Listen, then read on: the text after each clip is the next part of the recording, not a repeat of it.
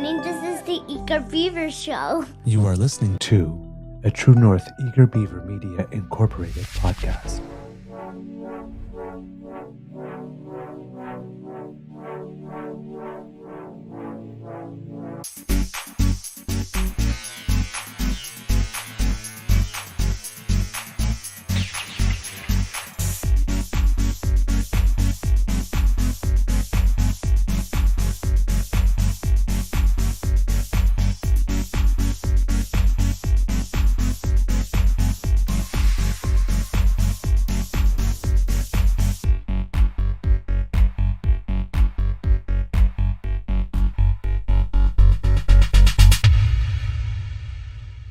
The True North Eager Beaver podcasts are proudly brought to you by our founding sponsors, the Misfit Mysteries from Corvid Moon Publishing, your source for science fiction, fantasy, and cozy mysteries featuring a broad diversity of characters, CanadianTarot.com, your uniquely Canadian online eclectic tarot community, and the Pepper Master, hot pepper sauces made from farm-fresh ingredients to thrill your taste buds and expand your mind.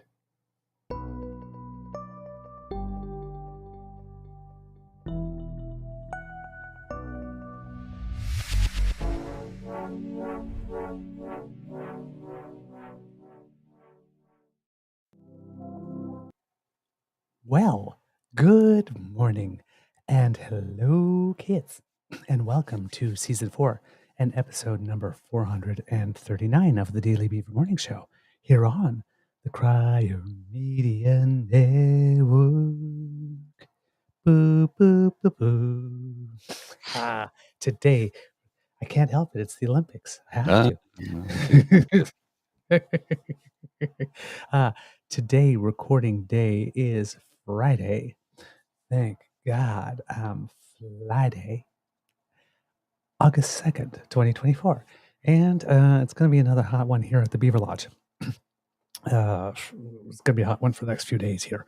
I'm your host, the Eager Beaver, pronouns he, him, hey, Mr. Beaver, eh? And I am very, very, very happy that you are here. Big thank you goes to our podcast founding sponsors, the Pepper Master, the Misfit Mysteries from Corvid Moon Publishing, and CanadianTarot.com. Forgot to mention pronouns he, him, hey, Mr. Beaver, hey. Because I want to particularly mention that because I've been receiving a lot of hello pronouns type of tweets from hello triggered by pronouns people. Yeah. Yes. Got one yesterday on one of the shorts. Somebody wrote in gay, and I responded, "Yeah, your point." Like, what's your point? Yes, I'm always very happy. What's your point? Yeah, exactly. Right. Yeah. You have a problem with happiness? Apparently they do, because they're weird. Weird, or as PeePee likes to say, wacko. Mm-hmm. Yeah. Well, and the weirdness thing is, but it's like telling a gay person you're a faggot is not exactly an insult. It's more like a statement of fact. It's like, you're so gay. Yes. Yes. And the sky is blue and water's wet. And what are you trying to tell us here? I'm waiting for your next. I'm like, what are these days? Like, shit, really? Really? I had no idea. I am. Oh, gee, look what happened to my wrist. Sorry. I don't understand these people like this. And then the other one is like, you're a pedophile. So whenever they turn around and says, oh, well, that's great because you're a necrophiliac. Oh, you didn't expect me to zig. What? I just, since we're saying things about people that are absolutely not true. Yeah, At least we hope. Right, necrophiliacs? Well, that's the thing. Is like, if you can say that about me, I can say something far worse about you. I mean, if we're going to just make shit up, right? Right. Well, that's why I'm sitting there. It says, "Oh, I bet you deep French kiss your great grandmother with that tongue." Think about that, because now it's not only necrophiliac, but it's incestuous too. Yeah. It's like, do not try to outbitch a queen. And this It's is just the gonna thing. fail. This is the thing that straight people do not. Straight people who are homophobic, for the most part, do not understand. They're like, I'm going to get him. I'm going to call him gay. I'm like, you think this has never happened before? Number one, and number two, oh honey, you have no idea what you've dug And yourself into. And particularly online, oh, congratulations, this is the 3 billionth time in my life that somebody has called me gay or a pedophile. Seriously, oh, give you the prize for originality. Yes. It's like the number one cardinal sin on social media is being boring and unoriginal. Mm-hmm. Like, oh yes, the 3 billion and 1th time I see it, it's going to break me. People, it's like, you cannot hurt my feelings unless I open the door and give you permission. Mm-hmm. And you don't have it. So you can say whatever it is you want. It's just, all I'm looking at is, one, it's an interesting look for you. And two, you just make me pity you. The only thing that happens is I feel really, really sorry for you. I just sit there and go, wow, I do not know who damaged you, but you seem to be a very angry person. And I really hope that there's someone close to you that loves you enough to get you to the psychological help that you need. I feel sorry for you. I often respond to folks like that with the question of who hurt you? And it's a genuine question, like, who hurt you? Who made you this way? Because you weren't born this way. You weren't born hating. Gay was born this way. Yes. Hateful is not born that way. Nobody is born hateful. Hate is taught. Ignorance is taught. Well, ignorance is taught. No, it's not. Hatred is taught. Yeah. Ignorance is bliss. Yeah, exactly. And sometimes I wish I ignored that they existed. Yes. That would be way more blissful. So can we start with the weird? I want to start with the weird. Shall we start with? Okay, we can start. We'll start with the weird, and then I will indulge you. Then we'll go to summer. Okay, let's start with the weird. So this is where the weird started. I think when was this? Hang on, this was like 2 days ago, July 31st. This is from the leader of the opposition of Canada. Oh yes, Pierre Poilievre. You just blow this up a bit so you can see it a bit better. Sign here to have a prime minister who doesn't admire basic communist dictatorships. How to do communism. Establish a new communist utopia. Rob or kill the successful. Force the rest to work for free. Run out of food. Starve to death. Say it wasn't real communism. And then establish a new communist utopia. Wash, rinse, repeat. Yeah. So here's the thing. And by the way, just so you sorry to interrupt you. That's exactly what conservatives do. Like this. Do their campaign.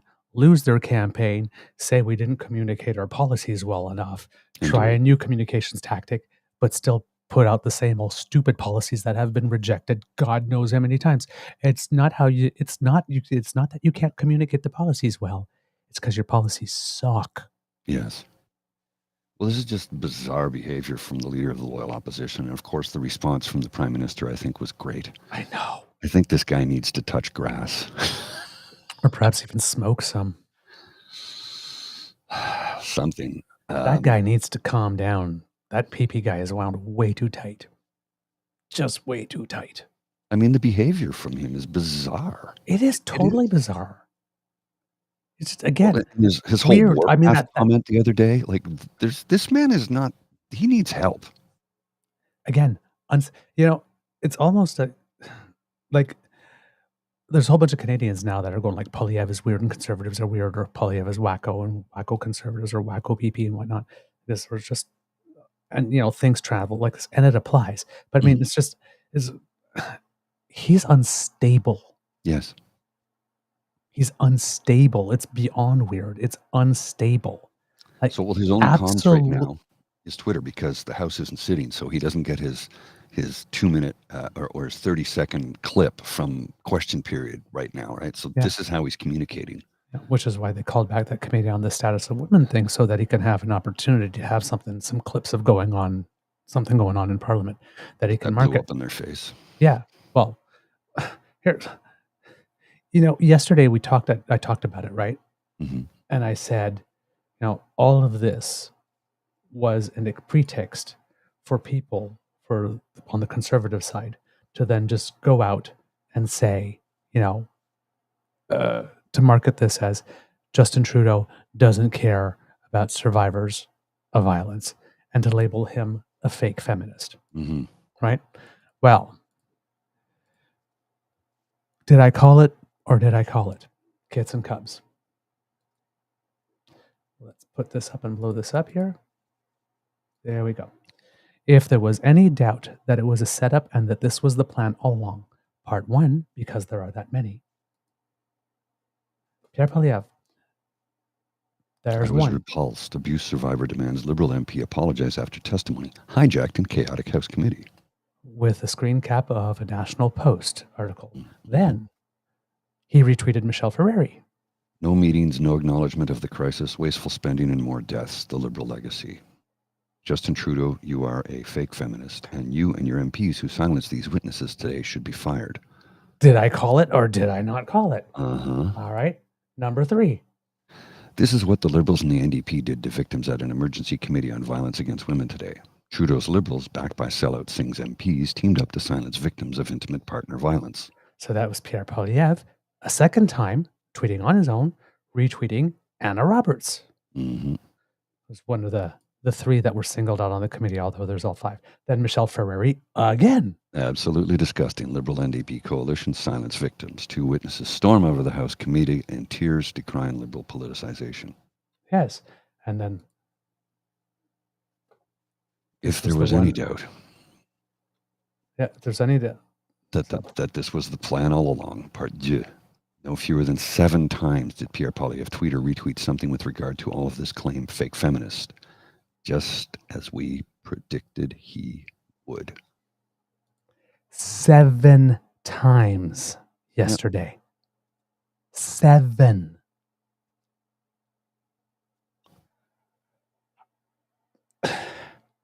They have a limited amount of moves. Once you figure out what the moves are, you know what they're going to do. Well, there was an article written in the Toronto Star the other day that unfortunately I couldn't access because it was behind a paywall and I'm already paying for too many damn things. But it basically said Canadians need to pay attention to the lies and the garbage that is being spewed forth by Pierre Poilievre.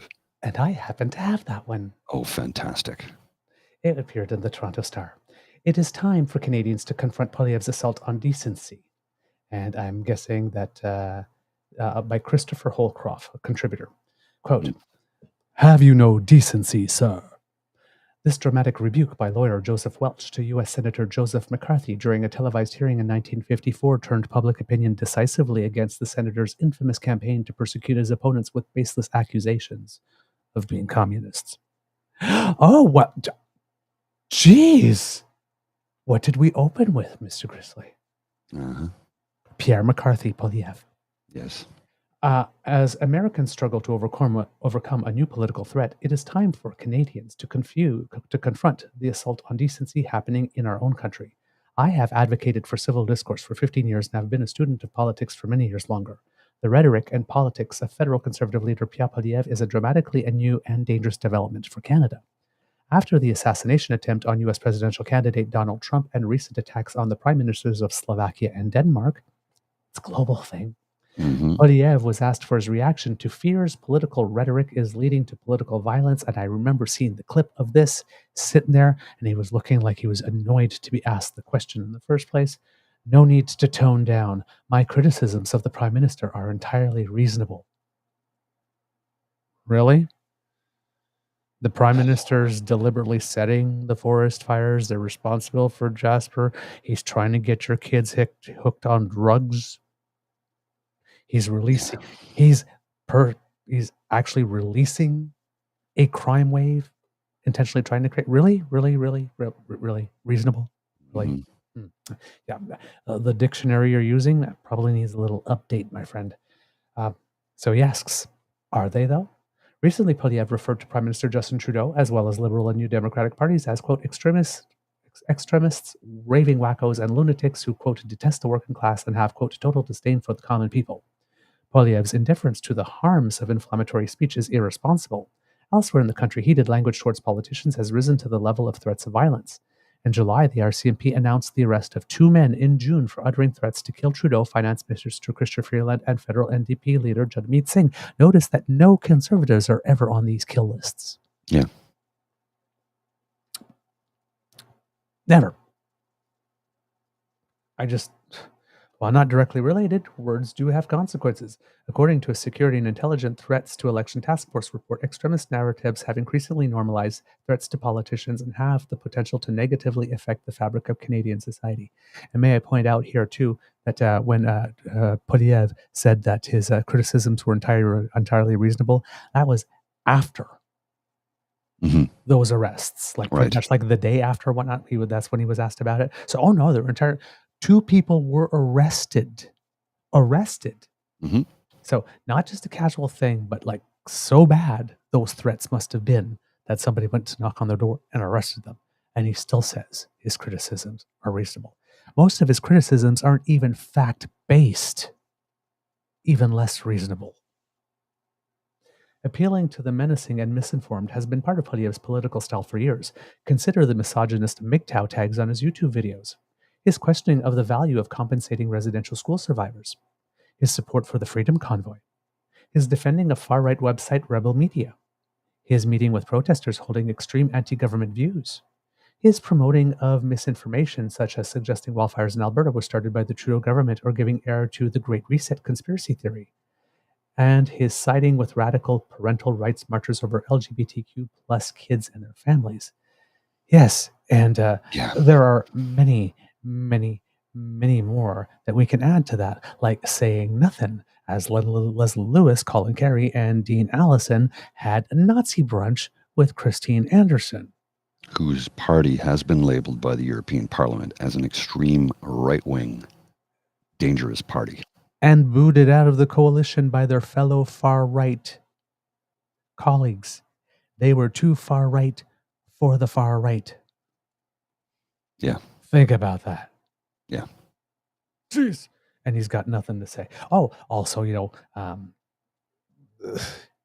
having nothing to say when Tucker Carlson comes to town, who once again had an interview with, or was doing Vladimir Putin's work after the release of Evan Gershkovich and all those other people yesterday. Yes, but or taking picture with green shirt guy. Yes. I didn't read the T-shirt. Or Diagolon guy, or going into Diagolon friendly trailer, or just it never stops with this guy. Yeah. Ever. As my Nana would advise, show me who you go with, and I will show you what you are. It's fugly. While it may have become a Canadian cliche to say, this is not who we are, surely this is not what we aspire to be. And I always say, yeah, but this is who some of us are. So pay attention. Mm-hmm. In addition to vilifying political opponents, Poilievre has taken to insulting journalists and attacking private citizens whose professional duties, policy advocacy, or academic research conflict with his own views.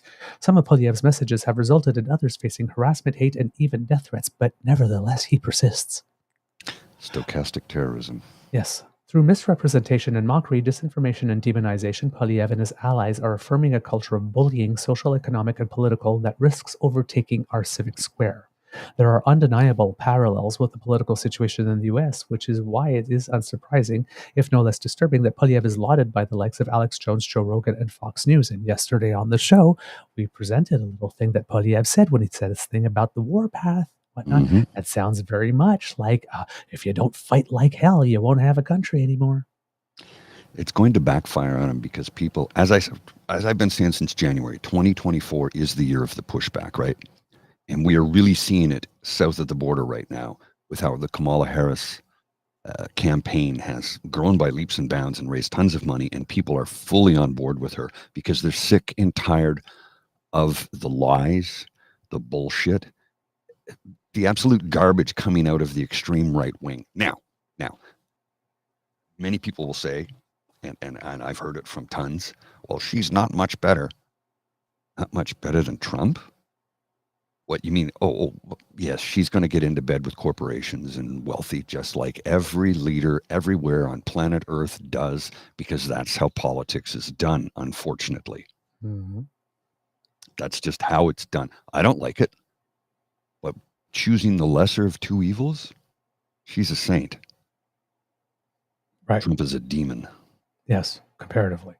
And you have a Kit Jillian here going, Joe McCarthy had a young staffer, Roy Cohn, who decades later became Trump's mentor and personal lawyer. Mm-hmm. The through lines continue. And you remember that in Trump's presidency, at one point he asked, where's my Roy Cohn? And poop, Bill Barr appeared. Yeah. By the way, Roy Cohn was a closet gay who picked up HIV and died of AIDS. Oh, I didn't know that. But never admitted he was gay. Oh, yeah. Didn't know that. Oh, yeah. So he was a self-hating gay man. Oh, yeah, self-hating gay. Like this. And yes, woe be you, including his own doctor. Because his own doctor told him, it's like, you're HIV positive and whatnot, and like this. Well, it's like, sir, I'm pretty sure you did not get that from your wife. And it was sort of like, if you are going to make any type of insinuation like this when I leave here, I will ruin you. Mm-hmm. That was Roy Cohn. Yeah, he's a vindictive, mean. Yeah. Son of a gun. To American essayist Adam Gopnik, who spent his formative years in Montreal, these recent developments are shocking and un-Canadian. These are challenging times for Canada and for democracies around the world. Exploiting people's frustrations and fears will do nothing to make life more affordable, improve access to healthcare, address climate change, or strengthen equality. And keep on saying, none of this puts food on your table. Nope. Gets you a family doctor.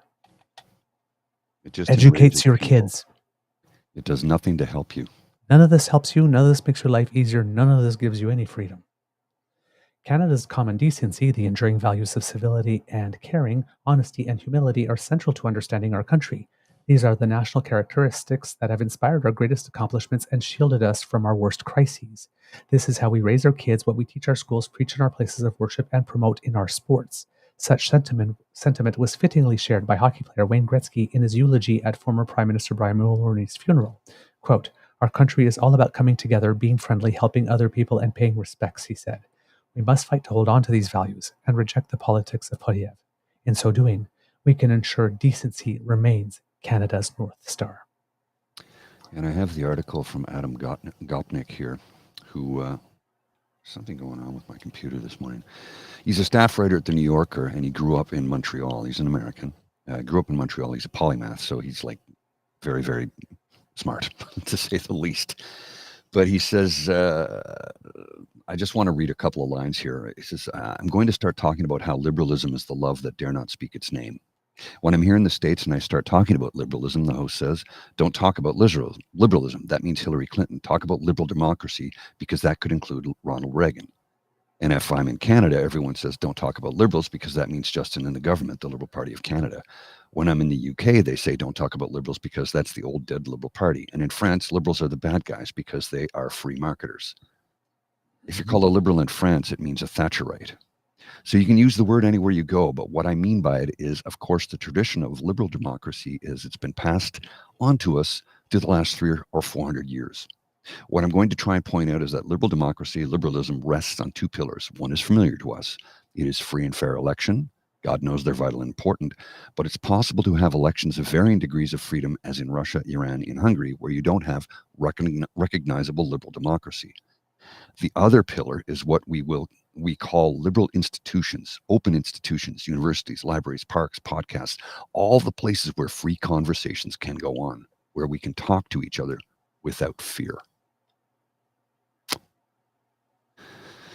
And he is concerned, as am I, that the leader of the loyal opposition is the antithesis of all of that. Yeah. And Kits and Cubs also, if you want to know a little bit about Roy Cohn, I believe that there's a movie version of it now, but there was a play called Angels in America. Yes, I've seen There's a part 1 and part 2 of that that came out in 2018. The character of Roy Cohn was played by the great Nathan Lane. Oh, I didn't know that. I've seen the film, but I saw it when it came out. Yeah, not sure if he plays it in the film. I thought it came out before 2018. No. I'm thinking of the band, and the band played on. And the band played on. Yeah, that was in the 60s. Oh no, and the band played on. Sorry, sorry. That's not early 90s. Yeah, early late 90s. 80s. Yeah, that was Early the 90s, age. Yeah, I'm thinking of oh God, I can't remember. The Boys in the Band. Sorry. Oh yes, which was different. Yes. But yes, so yeah, in 2018, Angels in America came out, and he won the Drama Desk Award as the Best Actor and the Tony Award as the Best Actor in a dramatic role. So Nathan Lane can really, and it was an interesting choice to pick an actual gay man to play Roy Cohn for the original on Broadway, but playing against type because Nathan Lane is very open and proud. So the furthest thing from self-loathing that you can think of. So that must have been a stretch. Can you imagine? It's like, hey, Nathan, you're gay. We want you to play a gay role. Well, gee, that's not going to be a stretch. It's Roy Cohn. Oh, yeah, that's going to be hard.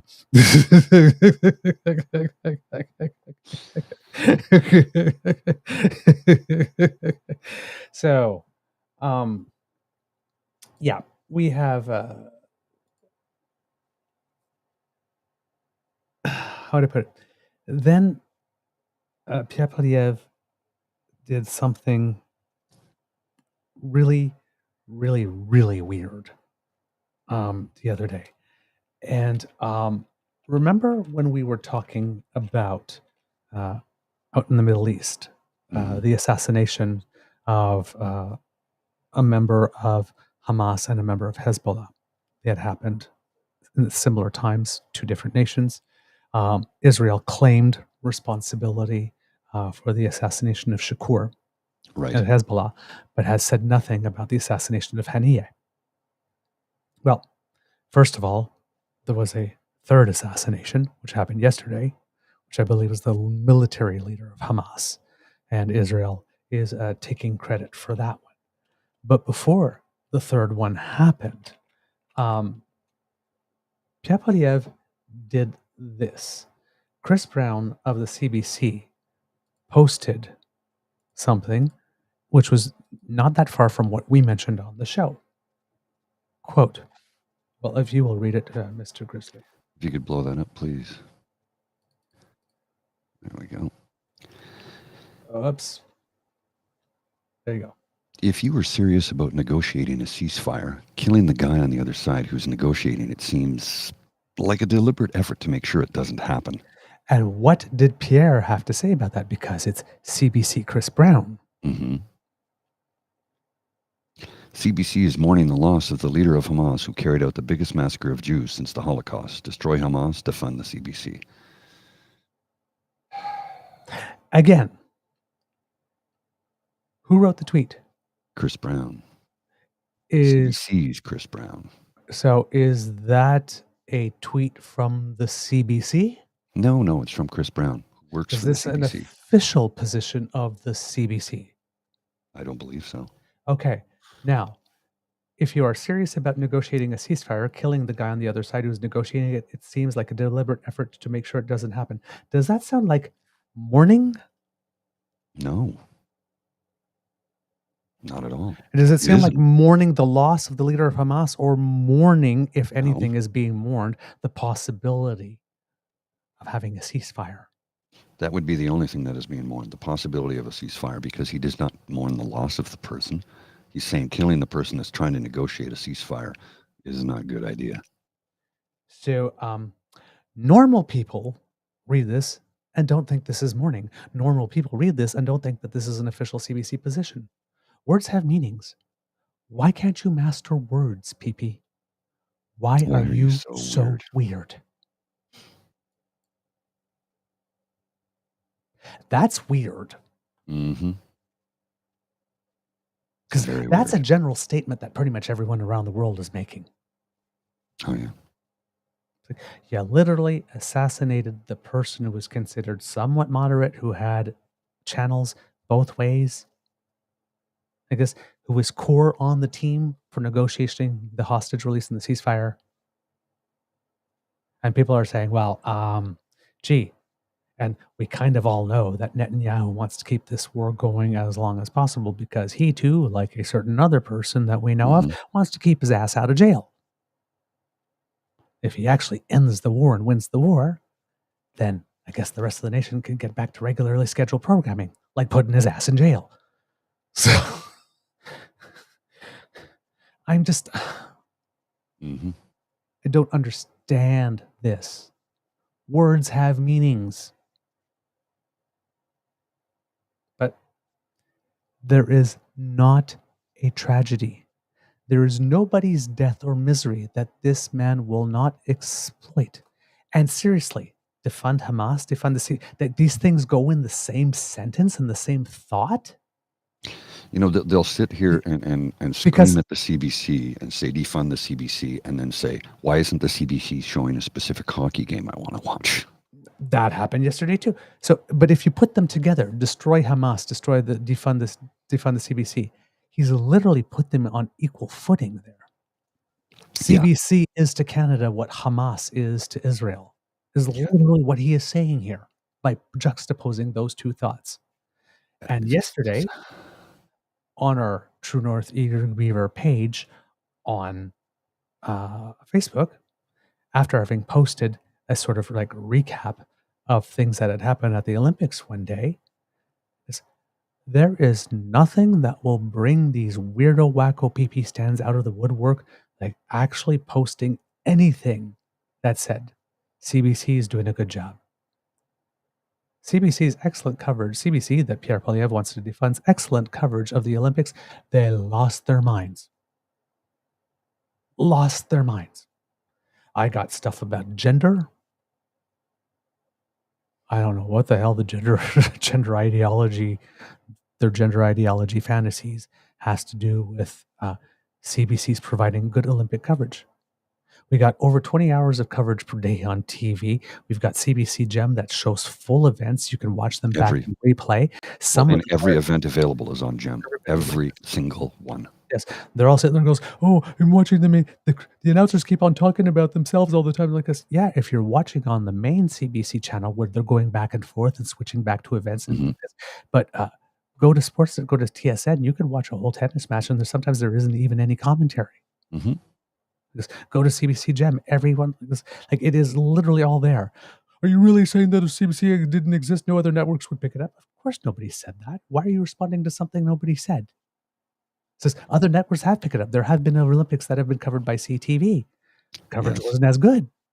Well, and wasn't as extensive. TSN is covering some of the Olympics. They literally, CBC is working with other broadcasters to cover it because the costs involved, number one, and number two, there's just so much to cover. So they're trying to get absolutely everything to you. So, yeah.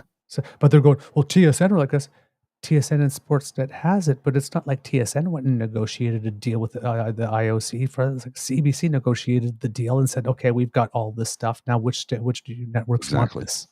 Yeah. So who's in? It's an all of Canada effort. Yes.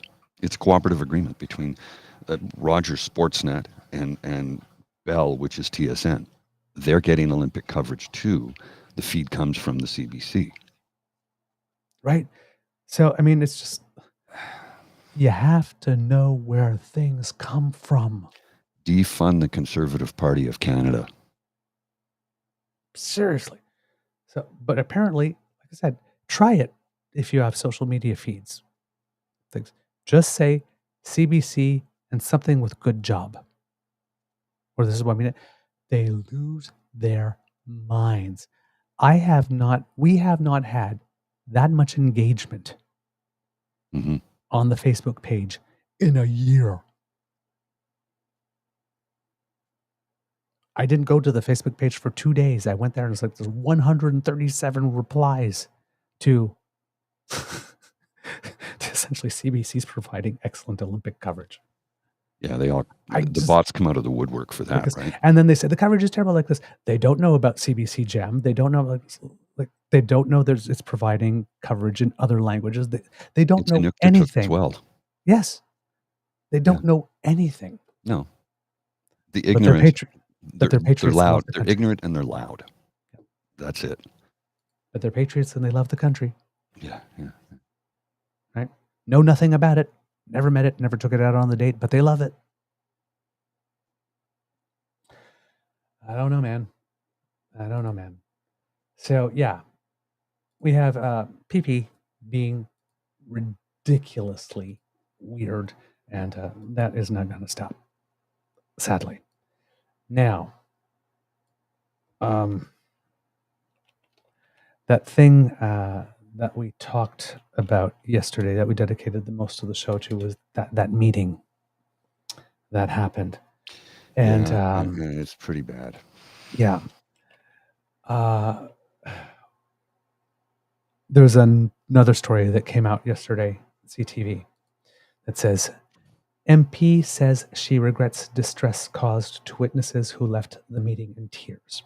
Quote, Liberal MP Anita Vandenbelt fell short of an apology after instigating a fracas on Wednesday that led two witnesses testifying about violence against women to storm out of a parliamentary committee meeting. Vandenbelt said in a statement that she deeply regrets the, quote, distress that this meeting caused the witnesses. The statement came after domestic violence survivor Kate Alexander demanded an apology from the MP for what she described as abusive behavior. That might be an interesting choice of words, but, quote, sorry, I don't accept this statement from her, Alexander, who appeared before the committee as a witness, said Thursday. She knew what she was doing. She didn't make a mistake. Mistakes happen. I can forgive mistakes. This was intentional. On that, she's right. Another of the committee's witnesses, women advocate Megan Walker, said Vandenbelt's regrets don't amount to an apology. Quote, it's not an apology, it's a statement, said Walker. She has caused an entire community of women and girls who have faced abuse and are following some distress, and that's not acknowledged here.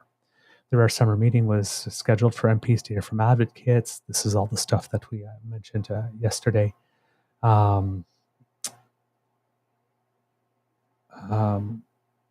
Well, and the witnesses were given very short notice, too. Yes, everybody was given short notice. But the witnesses didn't seem to mind about the short notices. Now, well, this is the thing. This is not a partisan issue. It's not a partisan issue. But we have to understand, because, how would I put it here? There's plenty of blame to go around here for bad behavior.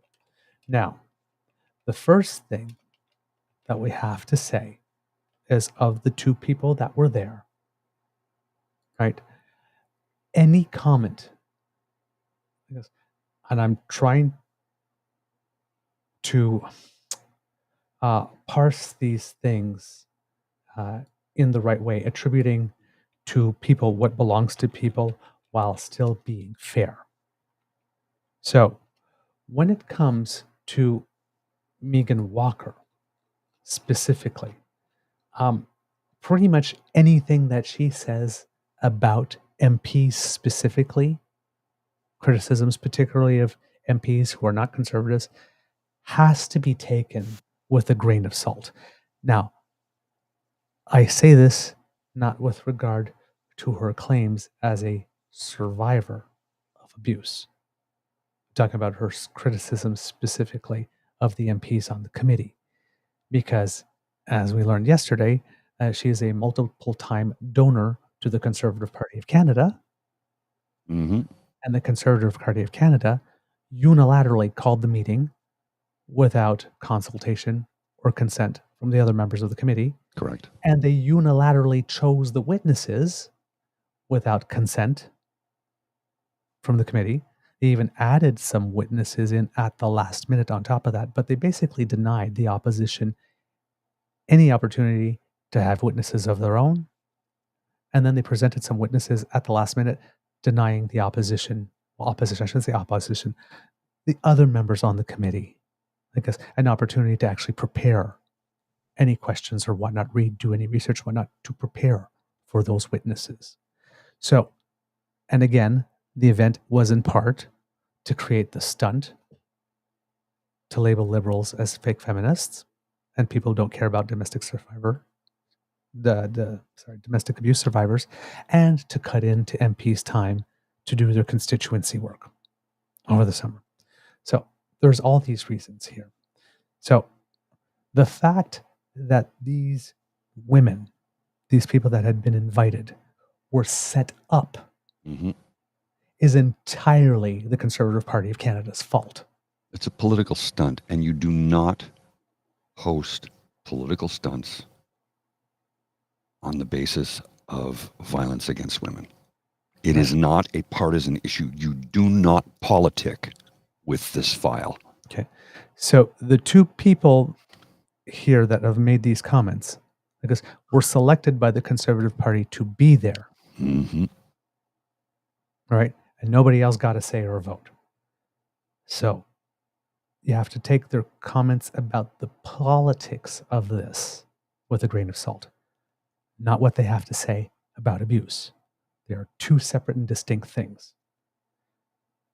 Megan Walker, as we mentioned yesterday, is also one out of 11 people being sued for allegedly orchestrating or participating in a smear campaign. And I read the article yesterday about what was going on. It's rather ugly. It's very ugly, actually. Quote, Ontario's highest court has ruled that a former London police officer turned city staffer's $4 million lawsuit against his ex-wife and two women's advocacy groups and their former directors will be allowed to proceed. In a decision released Thursday, a panel of Ontario Court Appeal justices overturned a Superior Court ruling to dismiss the lawsuit on the grounds that its filing was done to censor the defendants.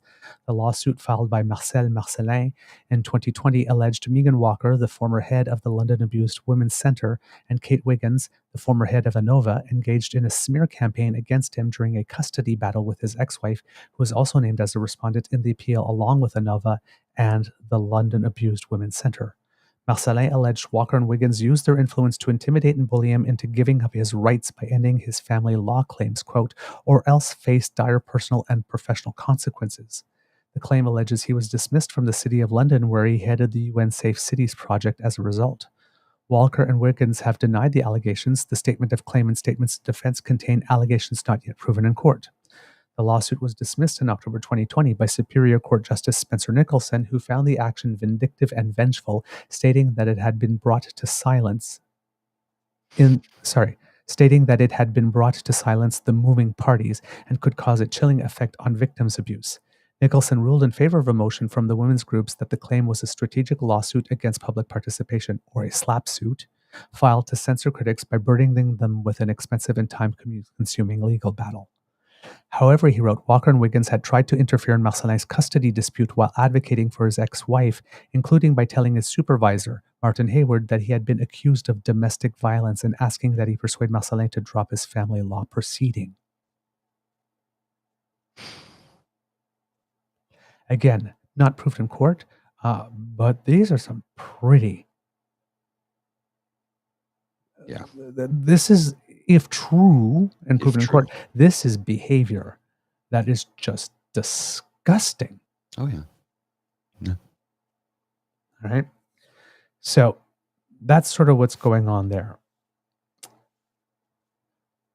So take the political stuff. That's one part. With all of that said, MP Anita Vandenbelt did objectively screw up. And yes, for those who hate watch us, I'm about to criticize liberals. Imagine that.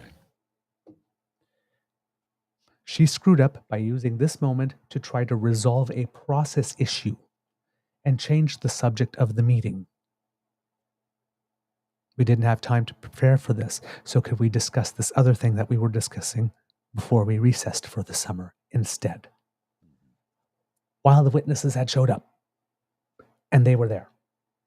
Now, had the meeting been about something like changing the tax code or funding research, it might have been appropriate to bring up the process issue at that point in the meeting with the witnesses there.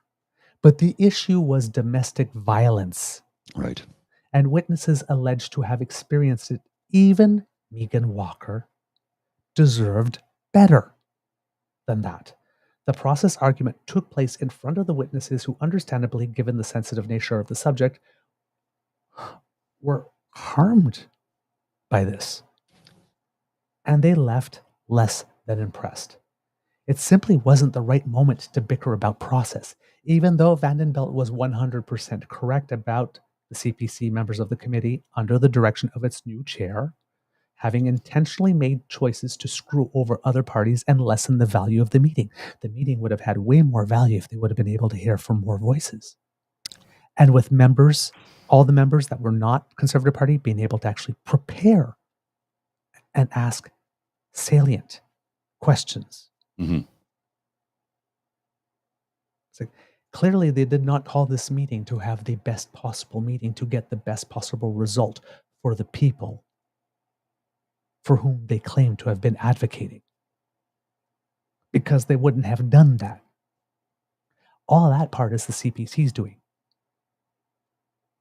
If there were process issues that absolutely had to be resolved before anything could start, would have been best to go in camera. Yeah. Go behind closed doors. Let the witnesses wait somewhere. Make sure that they have plenty to drink, that they have got plenty to eat. Make sure that there maybe even be some counseling services there. Because it's already nerve-wracking. You're going there to talk about something terrible that happened to you. That's very, very hard to talk about. Okay, it's going to be delayed for a while because we got a couple of process issues to resolve. Go someplace comfortable with not too much stimulation, and if the extra time is making people nervous, maybe have some counseling support. That could have been done. But no. Instead, it was dirty laundry was aired out in public, right in front of the witnesses, causing them additional stress on a day when their emotions and stress were probably already at a peak. Oh, yes. They did not need this.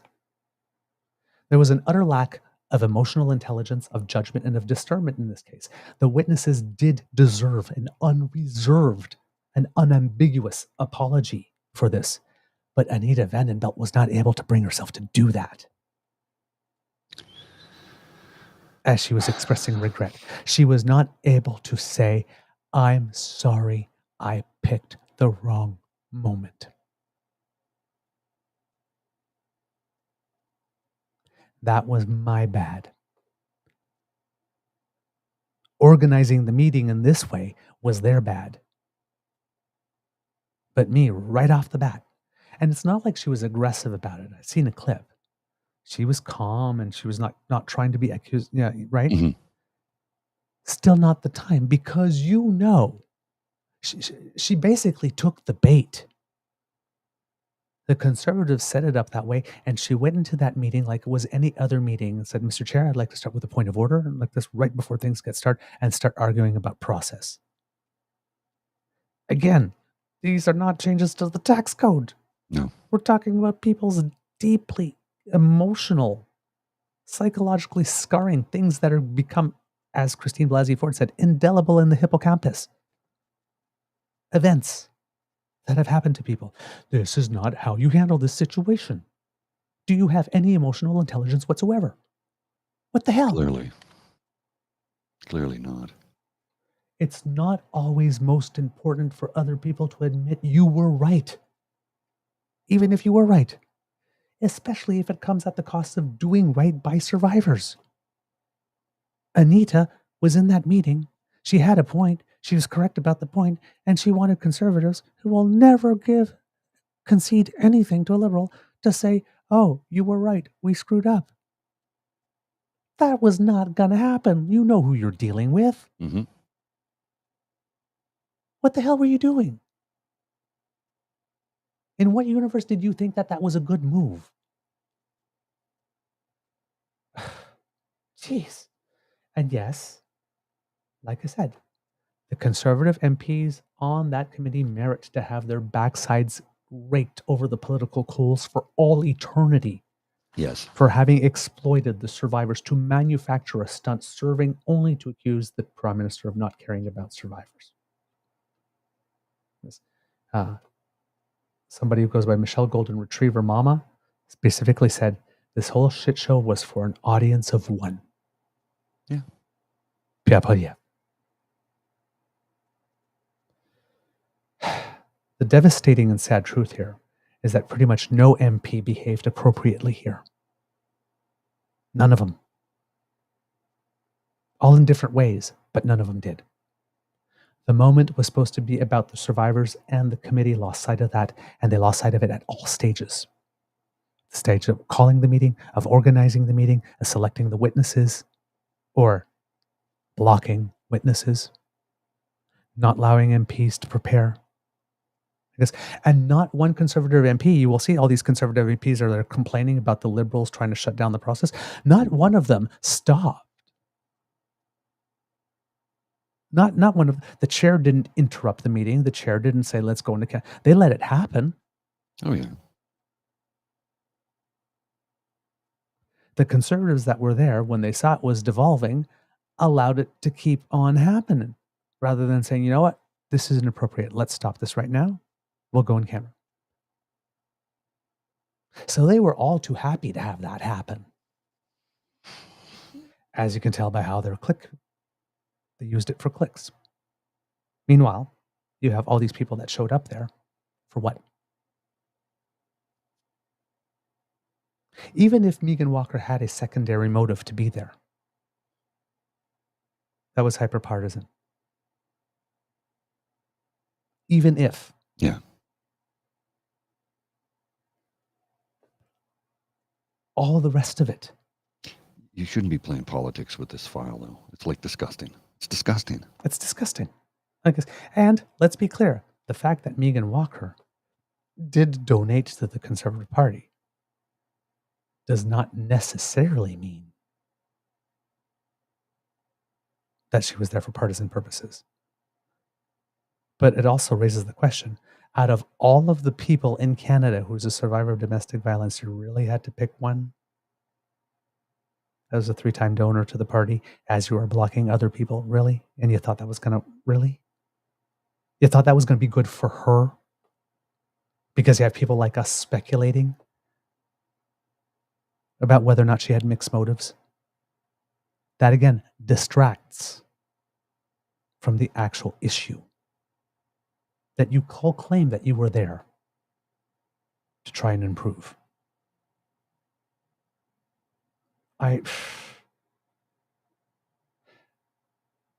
This moment was not about you, MPs. It was not about you to grab a mic and say, I've done all of this work for this and I really care about the subject. The moment was supposed to be about, thank you for responding to our call and for coming. We know that this is going to be a difficult day and we would like to make this as easy as possible, but you do have information that is vital for us to know in order to make things better. And we are extremely grateful that you have graced us with your presence. Instead, they tried to score political points against their rival. Everybody was trying to score political points against everybody there. Yeah. They completely lost sight of the survivors. They were pawns for them and nothing more. Nothing more. That was it. That was all. It's who these Reform Party is. They do not care one iota about anybody but themselves. Collateral damage is just the cost of doing business. They don't give a shit. I mean, I say it all the time, but it's, you know, the old Maya Angelou saying, when someone shows you who they are, believe them the first time. They've been showing us who they are for a while now. And people are not believing them for some reason. Or they're believing the bullshit that they tell them. I just don't understand how they could have any support, how this party has any support. I don't know how a single woman living in this country could think about voting Conservative in the next election. Because they don't care about you. And they just proved it to us. Yeah. So ladies, get your hackles up. Get pissed. We're right behind you. Get loud, get angry. We will stand here behind you, supporting you 100%. Raise hell. Because this shit can't stand. It can't go on. This ain't it. No. It's bad. It's really bad. Want to give a big note of thank you actually to Kit T. Wigmore here, who's joined us on our chat. If I'm understanding correctly, because I reread the chat yesterday, I believe they're actually watching us from the United States. So welcome. And they've made like really beautiful comments about the topics that we're handling and the way that we're handling them.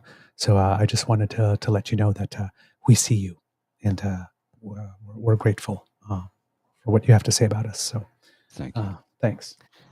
I have a clip here. I don't know if it's about 9 minutes, 9.5 minutes, almost 10 minutes actually. Okay. And it's from our friend Lisa. Okay. And it's about what we've just discussed. Okay. Do you want to? We can have a look at it. Yeah, it's Lisa. Just play. It's Lisa. You know, it's going to be quality from beginning to end. So just play. I like to double check. It's a long one, but that's just good because I need a couple of minutes to take care of something here. This particular subject requires, because there are so much little delicacies and little intricacies, and it's very easy. This is the reason why I've taken so much time to really try and separate what I'm talking about, the MPs, and talking about the abuse specifically, as two separate things, because the last thing you want is for somebody to say, oh, you just like put it all in one basket. No. This one is complicated because a lot of people did bad things, but they did different bad things and for different reasons. All right. Okay, let's have a look at this. This is a few minutes. It's about 9 minutes and 49 seconds of Lisa just delivering it in the way that she does, that we love so much. We need to take some time to unpack all of this. Unpack all of this. All of this. And I'm going to need you to bear with me, because this is what the media has picked up on. And it's a sensational story, don't get me wrong. But is it a true representation of what happened yesterday? I say no. Now, did people get upset and walk out? Absolutely. But we're going to unpack all of that. So the Committee on the Status of Women had an emergency meeting yesterday, wherein the meeting was called in very short notice. For some. For others, I'm sure they'd been planning this for quite some time. Planning it so much so that they had witnesses that they were bringing to speak to the issue. And the issue was intimate partner violence. However, in calling the meeting, the courtesy was not extended to other people on the committee so that they could prepare and in turn potentially bring their own witnesses to speak to the very same issue. But all that we're hearing about is that voices were silenced, because that's what gets the headline, the soundbite, the rage. But did people watch it? Did you watch the hour plus of the committee? I did. Now, Michelle Ferreri indicated that this emergency meeting was called because there's a crisis and policy needs to be reviewed. It is a crisis. It's not a new crisis, but it is a crisis. And so the Conservative Party of Canada brought 3 witnesses, all to speak on their experience, their knowledge and understanding, but not one of them really spoke to the solution. It was just that it's not working. Now, I'm not going to say the witnesses were skewed to the Conservative side, because I believe in the heart of hearts, they really want something better for everybody. But again, there was no opportunity for any other party to bring their own witnesses. Now, the deputy police chief certainly did start off talking about intimate partner violence, and then drifted off into carjackings and home invasions and bail reform. No solution, just bail reform. Now, just so that people are aware, there was bail reform in 2019, and then there was bail reform earlier this year. Now, the whole premise of whether someone gets bail or doesn't get bail is based on a variety of things. Past convictions, risk to the public. But this amendment added reversed onus. It increased the reversed onus, which although an individual is innocent until proven guilty, and that applies for everybody. That's why people like Pat King got bail initially. But the reverse onus looks at a bunch of different things, which would ultimately support the denial of bail. Now, all 3 witnesses talked a lot about the criminal justice system, how the accused seem to have free reign, how some court cases get tossed out, and how some get stayed. Now, in situations where court cases get stayed, it's not because the person is innocent. It's because there's not enough information to be able to provide a conviction. So the Crown will stay the matter. It can be reopened if there's more evidence that comes forward. But in terms of cases being thrown out, 9.98% of time, it's because there's not enough staff to pursue the cases. Not enough Crown, not enough administrative support.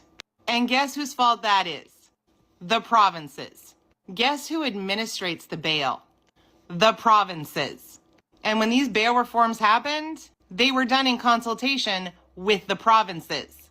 But let's get back to yesterday's meeting, because we know the Conservative Party of Canada never does anything without an agenda.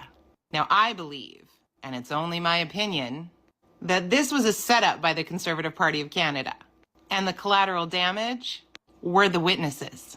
Now, I don't know what the witnesses were told about attending the committee meeting. I don't know what promises they were given. I don't know if they were schooled in committee procedure. But if you tell somebody you're going to have an opportunity to come and speak your truth and everybody's going to hear you and they're finally going to care, and you potentially set them up for failure, of course they're going to get mad and turn their backs on the committee and then walk out. Now, what happened yesterday in this committee is a fucking embarrassment, but not for the reason you think. I think the whole premise of the committee meeting yesterday was destined to fail. And then the actual behaviors within the committee yesterday are fucking embarrassing. So I'm going to play you some clips, because if you haven't watched it, you need to understand that the headline doesn't explain the entire meeting and is actually manipulating the trauma and experiences of the witnesses for a political agenda. Because everybody sitting on the Committee of the Status of Women care about intimate partner violence. But a lot of good points were raised in the meeting, not from the Conservatives, so just take a look. I want to reassure you, both of you, but especially Kate, because you said that you don't believe that any of us care. And I want to reassure you very much that all of us on this committee care very deeply. It's why we've done so many studies on intimate partner violence. We've had testimony like yours that is very difficult to hear, but has been very, very important to put recommendations. And we believe you, and we believe others like you. And our government has put many, many measures to try to make sure that the things that happen to you don't happen to others. Numerous bills, Bill C-51 on amending sexual assault laws, C-75 on bail reforms, C-48 now that targets repeat offenders of intimate partner violence, C-28 on intoxication not being used as a defense, C-63 on online harms. We have a national action plan on gender-based violence that has been signed by all the provinces. And we've put $539 million in budget 2022 behind that, something that the Conservatives actually voted against. So I want to start everything that I say by saying that if anyone tries to say that there's anyone in this room who doesn't care about this issue, I think that they are playing partisan games, because people in this room have spent our lives fighting on this issue, listening to that kind of testimony, and I just want to reassure you of that. That's Anita Vandenbeld, the Liberal MP that's being vilified by the Conservatives for dismissing victims of intimate partner violence. But that's not really how it played out in the meeting now, is it? Now, one of the witnesses stood up with their passport and said that they were embarrassed of their Canadian passport because they're not safe in Canada. They live in the US now. This is in no way to take away from the trauma that this person went through or the experiences that the other witnesses brought to the table. It was just done in the wrong way. And it was done in the wrong way because of Conservatives. Because committees have agendas. They have ongoing issues. They have minutes. They have procedure. And this pitting of women's issue, when intimate partner violence encompasses so much more, trans issues, non-binary issues, Indigenous issues. But it's pitting issue against issue, because this is what happened next. I just want to reassure you of that. I also do, with respect, want to talk a little bit about how this meeting came about. We have had studies that we've all agreed on to talk about these issues. In fact, we're in the middle of a study right now on coercive control, which we have put a number of witnesses that we'd like to hear from as a committee. But we know that the Leader of the Opposition has asked Conservative-chaired committees to hold as many meetings as possible during the summer to take us away from the important work that we're doing listening to our constituents. And we also know that in this case, it was a few days' notice. We were not given, any of the members except Conservatives, the opportunity to put forth witness names, which is something that every committee does just out of basic fairness and respect. And I personally would have had a number of witness names that I would have loved to have heard heard from. In fact, there were witness names added an hour before the meeting so that members didn't even have a chance to plan or prepare what kind of questions we might want to ask. I know that for this committee, this is something we've never done. We do not use victims and survivors' trauma to try to score political points in this committee. And then she referenced something that was tabled from the last meeting, which, if this is a continuation of the committee, probably should have been dealt with first. But that's likely not what was presented to the witnesses, or that it's even a possibility that they're going to reference what's still open. Now, I don't have time on here to show you all the clips that I pulled, because there's a lot showing absolute disregard for procedure by the chair. Shelby Crump-Newman, CPC MP, who visibly sighed at the number of points of order when she ignored the hand of another MP, Leah Gazan, who had her hand up long before Michelle Ferreri, except Shelby just kept making excuses and wouldn't concede. Leah, who's an MP from Manitoba, also would have liked to have been able to bring witnesses, and pointed out the fact that there were no Indigenous witnesses, members of the 2S LGBTQIA+ community, and Michelle Ferreri had the caucasity to say that Kate Alexander, in her witness testimony, spoke to all groups, provided examples from all groups. You see the problem I have with that? It still doesn't give a voice to those marginalized groups. Again, we're pitting things against each other, things that are important. Now, I highly encourage people to go and watch the hour and a bit. I know it's taking time out of your day, but you need to see it goes beyond the headline. All issues related to women and female presenting people are important, but it's the cons who manipulated it for a headline. Witnesses should be mad at them. Boom. Boom. She said it so much more eloquently than I did. Well, it's just, I mean, she knocked it right out of the park, as she always does. Yep.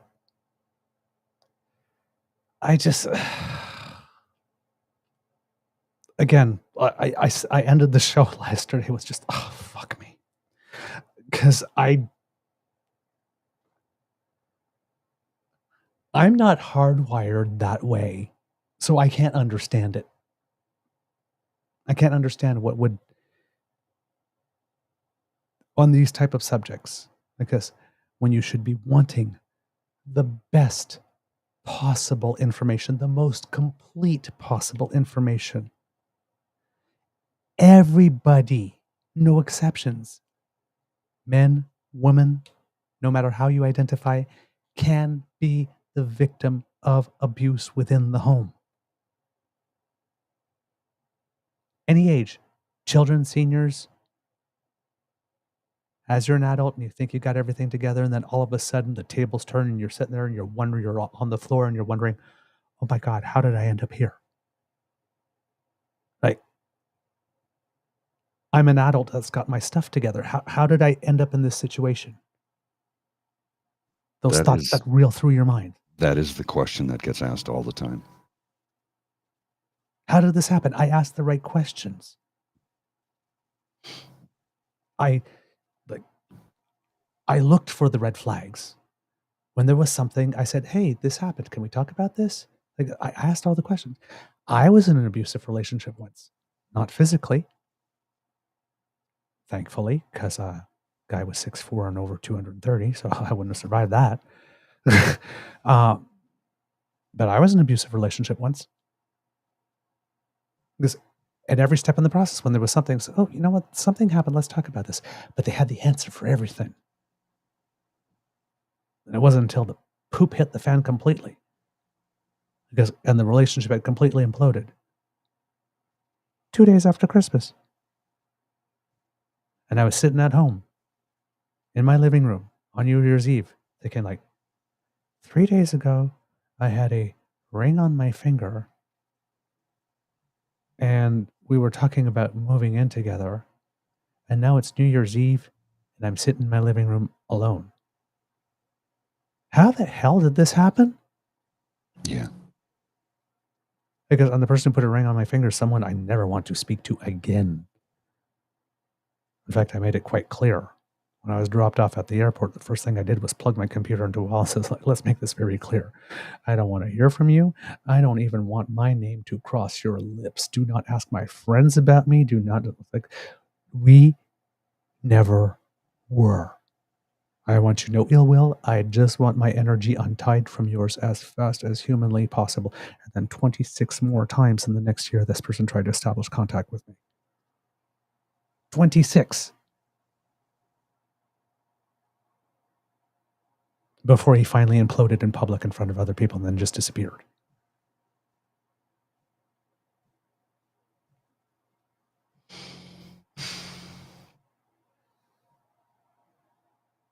I know I wasn't hit, but that feeling of like I was honest all throughout. I did the right things. I learned from the mistakes that I made in my past relationships. I applied those. When I saw something that was wrong, I asked about it. I didn't like this when there was something, the time where your partner is starting to make jokes, but all the jokes are put down jokes. All of a sudden, and it's like, we all have self-deprecating senses of humor. We all do a little put down jokes, like, one here and there, but like 5, 6, 7 of them a day. It's like, can we talk? Because this is not funny to me. We had all those conversations. I was proactive. I didn't let it slide. And I still ended up, I'm sitting there and go, I did everything right. How did I end up here? It's a mind fuck. Add physical violence to that, as if the psychological and the emotional wasn't enough. I personally can't imagine it because I didn't suffer that part.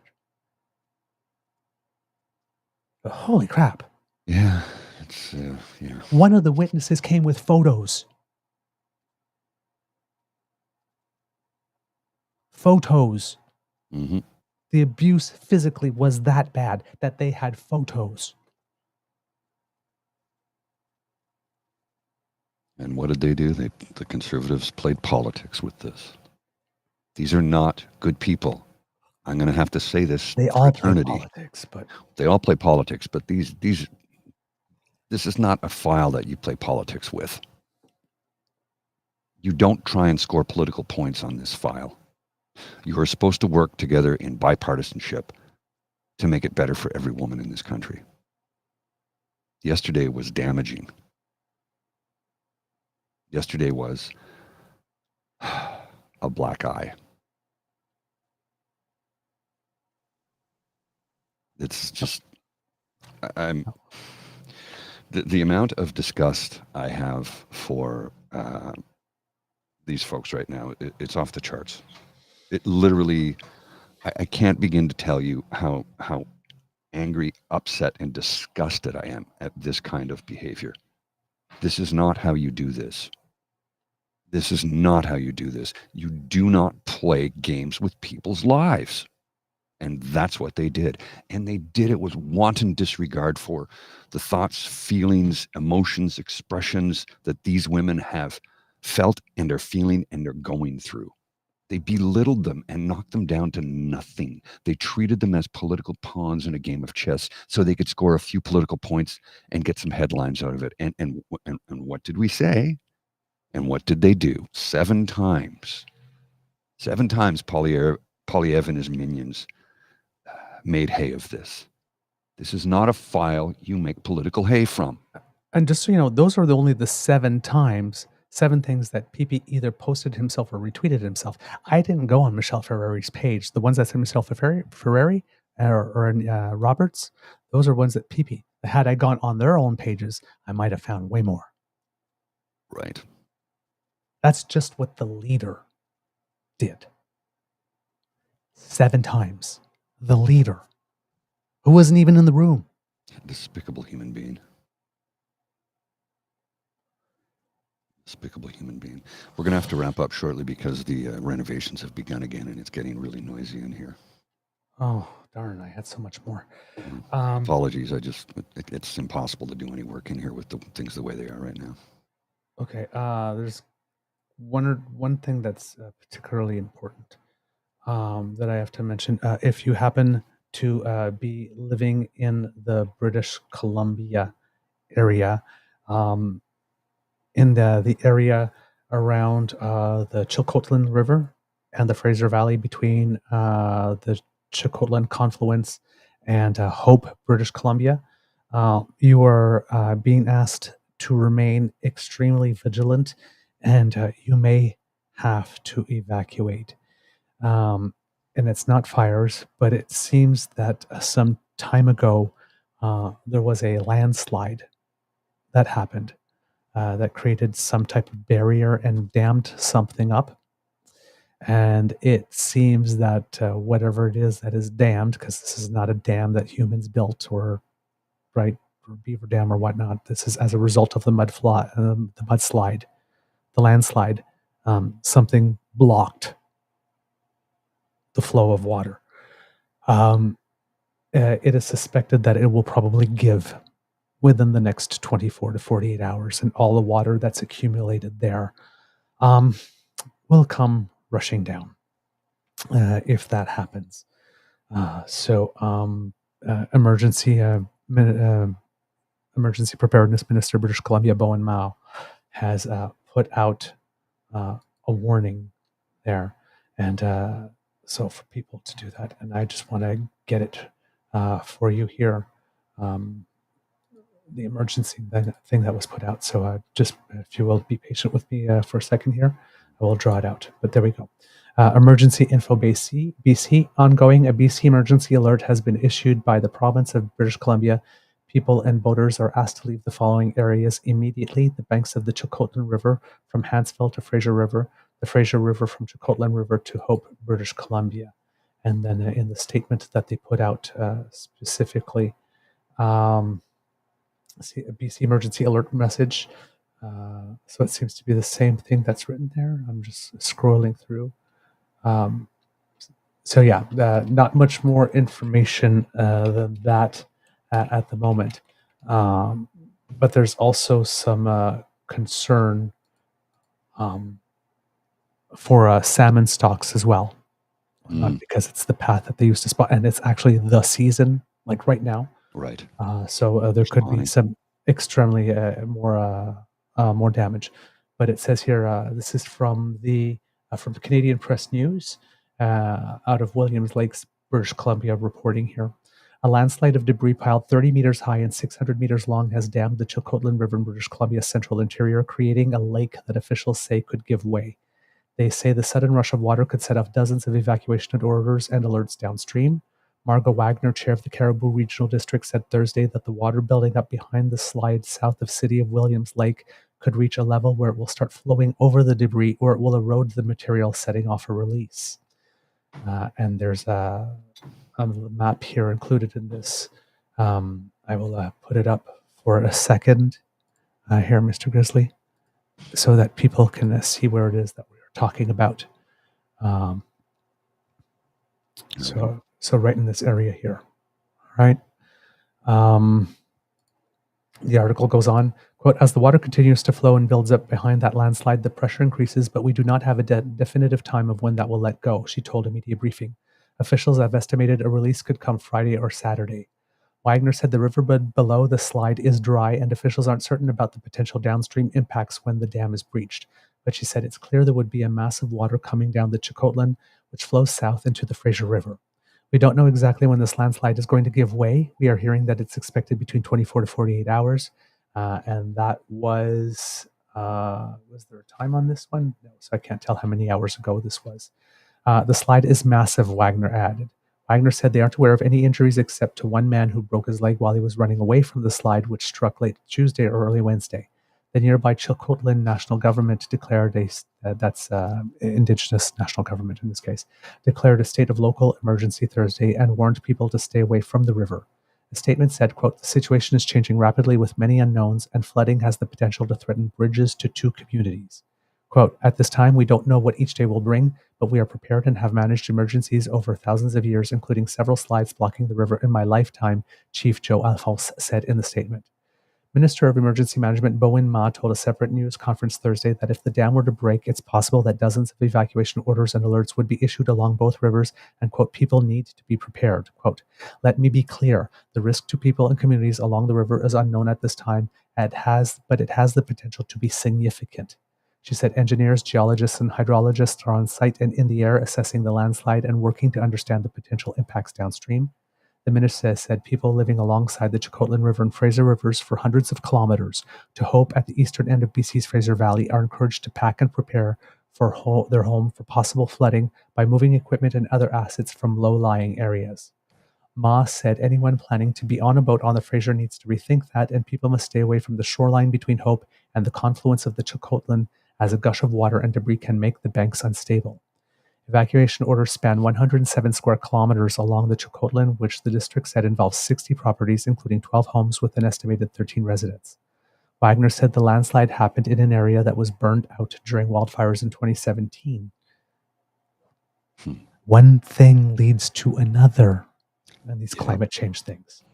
There's a lot of area where the trees are dead, they are still standing, but their root system is totally done and they are not absorbing water, which is an issue. Dwayne Tannant, a geotechnical engineer professor at UBC Okanagan, said the topography in the region is prone to landslides, and while the 2017 fires are likely to have been a factor, he doesn't believe it was the main cause. Quote, I'm thinking it's more than wildfire. It's the geology, topography, and total erosion that are probably the key drivers here, he said, noting the slide was not a preventable event. It would be an economical use of provincial resources to do anything, particularly the scale of the slide and where it's located, he said when asked about mitigation. Tennant said a river-blocking landslide, quote, is relatively rare, but officials should be concerned that slopes upstream of the blockage could become destabilized once the dam breaks, potentially creating a domino effect of other landslides. I think that's a remote possibility, but it should be given some consideration, he said. BC's River Forecast Center has issued a flood warning for the Chakotlan north of the slide, saying the debris is, quote, creating a lake that extends several kilometers upstream. The Forecast Center says the eventual breach of the landslide debris could also lead to an outburst flood, with a surge of water rapidly flowing downstream. In the event of a breach, the Forecast Center says the surge could reach the Fraser River within hours, and while flooding south of the Fraser Canyon would likely be less severe, substantial increases in flow could extend to the mouth of the river in Metro Vancouver. Wow. Okay, this is big. Yeah. A flood watch has been posted downstream of the Chakotlan and Fraser Rivers to Hope, while a high stream flow advisory has been issued for the Fraser River right through the mouth of the river in Metro Vancouver. Ma said there are worries that a sudden release of debris could cause additional erosion as it moves down the river, as well as concerns about what impact the blocked water is having on salmon. Quote, there are also concerns that persistent low water levels might impact navigation channels for fish, like the ongoing Chinook Run and the Sockeye Run coming up. Those can have significant impacts on the ecology of the river system. So, again, all the things that you need, pack your bags, have it close to the door, and be ready to go at a moment's notice. Do not wait. Do not wait until it's declared. Have your bags packed now, because once a day breaks, that's not the time to start gathering your stuff. No, you don't have any time. You got to get out of there as quickly as possible. So right. I need to address something here in the comments. Okay. I'm going to put it on the screen, and then I'm going to address it. Reverend Chad. Oh, that one. If you're actually a man of the cloth, you might want to re-examine your commentary here, because you've clearly not been watching the show, because that is not what we were doing here. We are reporting upon something that took place. Didn't we block Reverend Chad on another platform? Maybe. A couple of weeks ago? I don't know. He only made 2 comments, so I don't need to block him just yet. But, if that happens, we'll block him. But here's the thing, Reverend Chad. That is not what we were doing. If you think that's what we are doing, you haven't been watching the program. Again, why can't you master words? Dude, we're reporting on a story that took place because the headlines would have you believe something else took place when what actually did take place. We're trying to tell you the story behind the headline, to reveal the fact that the headline is bullshit. So, you're allowed and entitled to your opinion. But if you think that's what this is, you're very, very mistaken. Yeah. Also, Kits and Cubs, we were hoping to have Kit Dan on the show for a couple of minutes. Yeah, technical issues prevented that from happening. He couldn't. He was logging in, but it kept logging him out for some reason. Yes, because this fine man, as we talk about often, sometimes you got to throw your body in the game. Because run for something, you might be the change you're waiting for. Well, Dan did that. And yesterday, he went down to City Hall to pay his $100 and sign his papers to officially become a candidate for Ward 15 for the by-election. And from what I've been seeing in the chat, it seems that there was someone else that had wanted to run who was one signature short. So Dan offered his own signature. Rather than saying, hey, this person might be a competitor. Oh, you need my signature? No. Said, no, the more voices, the better. That's how you do it. Exactly. That's how you do it. So, Dan? Well done, sir. Well done, sir. And we will have you on the show to talk about that. All right, Mr. Grizzly, do we have a show? We do indeed, sir. We do indeed. I have a quick Easter egg when we come back after the credits for you that I find very interesting. Yes, and plus we have to do a little cheering for somebody who did us proud. Oh, yes. All right, kids and cubs, that's the end of this episode of the Daily Beaver Morning Show. We hope that you love listening to us because we love making this for you. Remember that sharing is caring and word of mouth is priceless, and you have the mouths from which we want the words to come. So please tell your peeps and poops all about us. And if you do not want to miss an episode, you don't have to, thanks to the Ray Girl, because she too is fly, particularly on Fly Day. And she has sponsored our pod page, podpage.com/The True North Eager Beaver, lowercase letters with a hyphen between each one of those words. And if you go there and click subscribe, when we have something fresh off the bandwidth, it comes directly to you. And I'm sure the QR code will appear soon enough there so that you can scan it if you're watching. And if you'd like to help us in other ways, why not make like Kit Elaine and surf on down to the True North Eager Beaver Media Incorporated YouTube page. 4,900 subscribers so far. Woohoo! Closing in on 5,000. And we just crossed 2,500 on our Twitter feed. So thank you so much, everyone. And if you do that, you have 3 buttons there. One's called like, one's called share, one's called subscribe. Lick them, click them, flick them. Whatever you do with them, it makes us happy. So long as you activate them somehow. Because if you just walk by them, then you make the little baby Jesus cry. Okay. No guilt trip. Sorry. Jesus, I'm sorry to have used you that way. You will make us cry. And you don't want to see a crying beaver. No, I don't. No. So click those like, share, and subscribe buttons. And if you would like to help us in yet other ways, the QR code by Mr. Grizzly's head brings you to our coffee page and our tip jar. So if you'd like to encourage us to do some more because you like the show, and it does cost us some money. And thank you so much to the 2 people who did yesterday. We will give you a more proper shout out in the upcoming shows. But if you would like to go there, coffee, ko-fi.com/eagerbeaver, lowercase letters, all in one word. And if you go there and leave us a little something, you earn our gratitude. And plus, your sex appeal goes up 37.2%. We tested it in our labs. It's true. It's science. And that extra 0.2% just puts you right over the top. Makes all the difference. All the difference. Yeah. Does. Mm-hmm. Okay. Because democracy is something that you do. Hey, why not make like Dan? If you've got something going on in your area and you think, this sucks. Somebody should really do something about that. Hey, maybe that's you. Consider running for something. You never know. Could work out.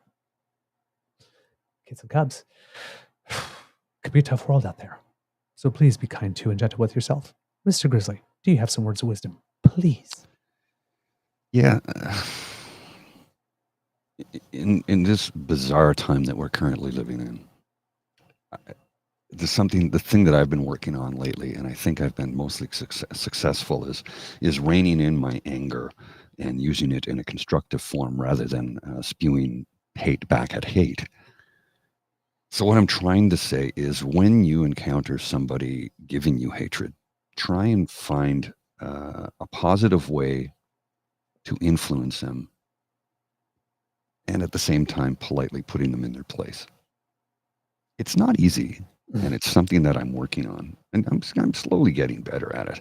But instead of telling an individual to choke on my member, I've decided that instead I will address them as a human being and try and have some sort of dialogue with them, because I think that's a better way to do it. because it's constructive that way. And maybe I can bring them around. Maybe I can inform somebody. Maybe I can help somebody, for want of a better phrase, see the light.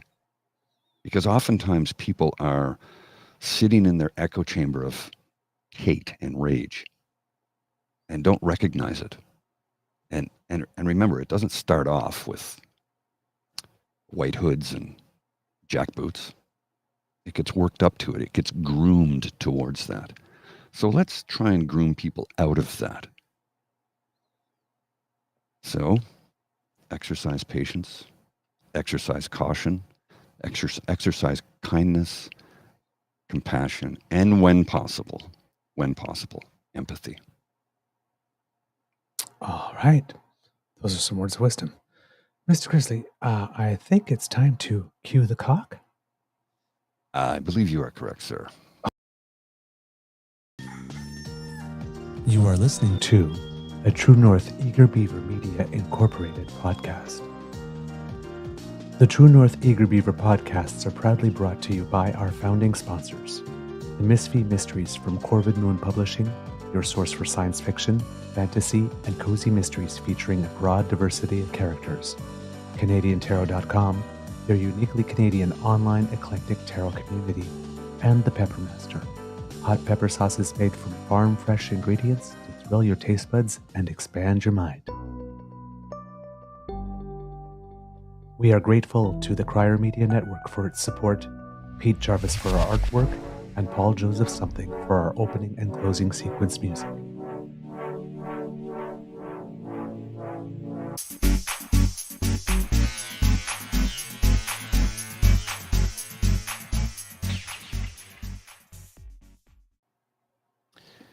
So I have a quick Easter egg for you, and it's a two-parter. Ooh. The first one I'm going to show you quickly, and I'll read it somewhat edited. I'll read the somewhat edited version of it. How dumb do you have to be to think that Algeria sent a trans person to the Olympics? You do recognize that transgenderism is illegal in Algeria? Like, it's literally against the law there. Okay? So there's the first part of the tweet. Here comes the second. And this one is good because it sums it up. For all the people I've seen online going, why is a man fighting in boxing? Well, here's the thing. From Amy Broadhurst, I have a lot of people texting me over Mcintosh. I hope I pronounced that name correctly. Personally, I don't think she has done anything to cheat. I think it is the way she was born, and that's out of her control. The fact that she's been beaten by 9 females before says it all. Then some gentleman by the name of Ben Hyde says, what would your action have been if you were supposed to fight Kalev? Amy, I have great respect for your boxing legacy, but you've missed the mark here.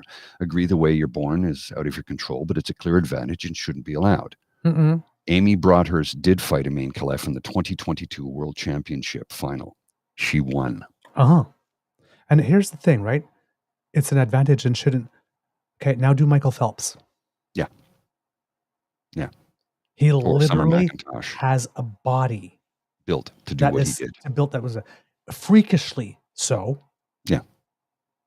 But wait a minute. He, the average person has a wingspan this much. His is too much. No, he can't be allowed to compete because in 1999 we had Amélie. The people are talking about Amélie Mauresmo, the tennis player from France. Mm-hmm. Solid, big shoulders. Yeah. She plays like a man. She looks like a man. Here's the best part. Check this out. As soon as you say it, look what happens. Look what comes up in my feed like 2 seconds later. This is from yesterday, but 2 seconds later, this came up in my feed. In terms of Mcintosh having a biological advantage, let's discuss Michael Phelps. Phelps has double-jointed elbows and knees, a hyperextended thorax, 50% lactic acid production than the average competitor, and yet no one ever said he had a biological advantage. I'm sure if they do an analysis of Simone Biles, they'll probably find that she's got something in her calves that allows her to jump that damn high, or something, or like different type of. Because we are all born different, and we all have gifts. Some of them happen to be athletic. Just cope. Some days. Some days. Let All right. people play. Mr. Grizzly, I saw a couple of people in the chat saying, can Mr. Beaver continue on Zone somewhere? Would you object to that if I started another one, or should we just start till Monday? Well, I mean, if you want to carry on with this, but I have to come back to end it later. Oh. And I've got other things I got to be doing right now. No, so. I would just start another feed. Oh, if you want to start another feed, go by all means, go ahead. It's too noisy here right now with the construction taking place in the building. Yeah. I wanted to record some jazz podcasts this week because I have the time, but I can't. It's just too noisy. And when the end of the day rolls around, okay, I can do it then. But the energy you want, need, and desire, but at 6 p.m. it's not there, man. All right. It's not there. So if you want to go ahead, yeah, you can. You know how to log in to you've got producer credits, so you can log in and do something if you want. All right, Kits and Cubs. Give me about 10 minutes time to top up my water, and I'll come back and I'll do a tiny bit more. All right. That's right, because I got to go with other topics. All right. I'll see you later. Bye everyone.